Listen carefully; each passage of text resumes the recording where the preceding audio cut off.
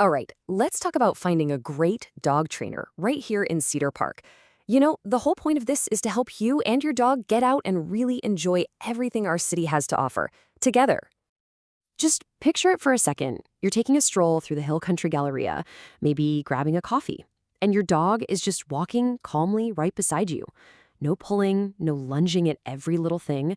That's the kind of peaceful, everyday moment that good training makes possible. Or how about this? You're at Cedar Park, and you can actually unclip the leash and feel confident about it, knowing your dog will come back when you call, even with all the fun and distractions of other dogs playing. This is what we're aiming for. So how do we get there? So where do you start? Well, the very first and maybe the most important step happens before you even open up your computer to search. It's all about figuring out exactly what you and your dog need. You've got to define your goals. Think about it. Are you starting from scratch with a brand new puppy? Or maybe you're trying to work through a specific problem with an adult dog you've had for a while. Just taking a moment to nail this down will make your whole search way more effective. Knowing your goal helps you find someone with the right specialty. If you have a new puppy, you're looking at the fundamentals, house training, getting them used to new people and places.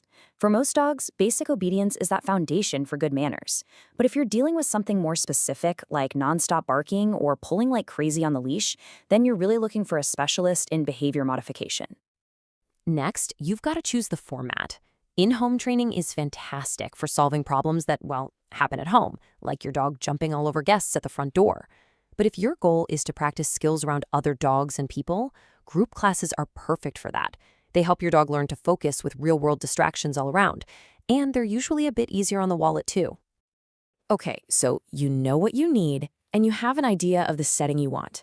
Now let's talk about finding the right person for the job, a qualified professional who uses modern, effective training methods. The single most important idea to look for is this one: positive reinforcement.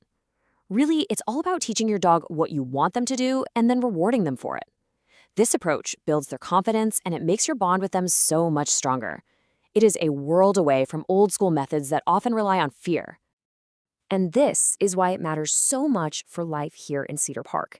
It's how you build a confident dog, the kind of dog that sees a cyclist coming up on the Brushy Creek Trail and looks to you for what to do next, instead of just reacting. This is the method that prepares them for real life.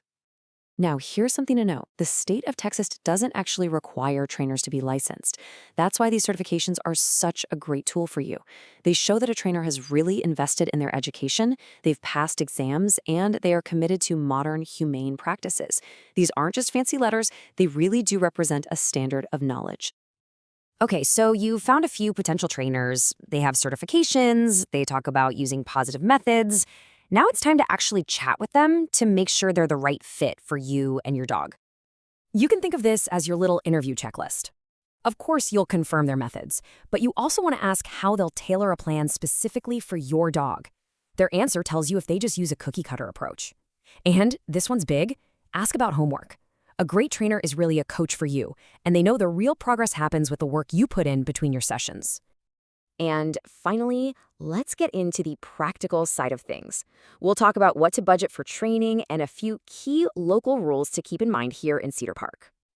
So let's talk about the investment. Group classes are usually going to be the most affordable way to get started.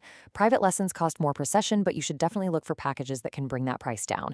For more intensive help, there are services like a board and train program, but as you can see, that's a much bigger financial commitment.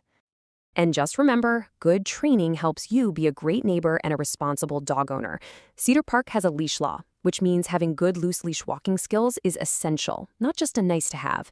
Making sure your dog's tags are current is required by state law, and training can help manage things like nuisance barking before it becomes a problem with the neighbors. When it comes down to it, investing in training isn't just about fixing a problem. It's really about building a better language between you and your dog. It means less stress at home and more freedom to go out and explore everything Cedar Park has to offer. So as you start on this path, I hope you find just the right help to make life with your dog here everything you want it to be.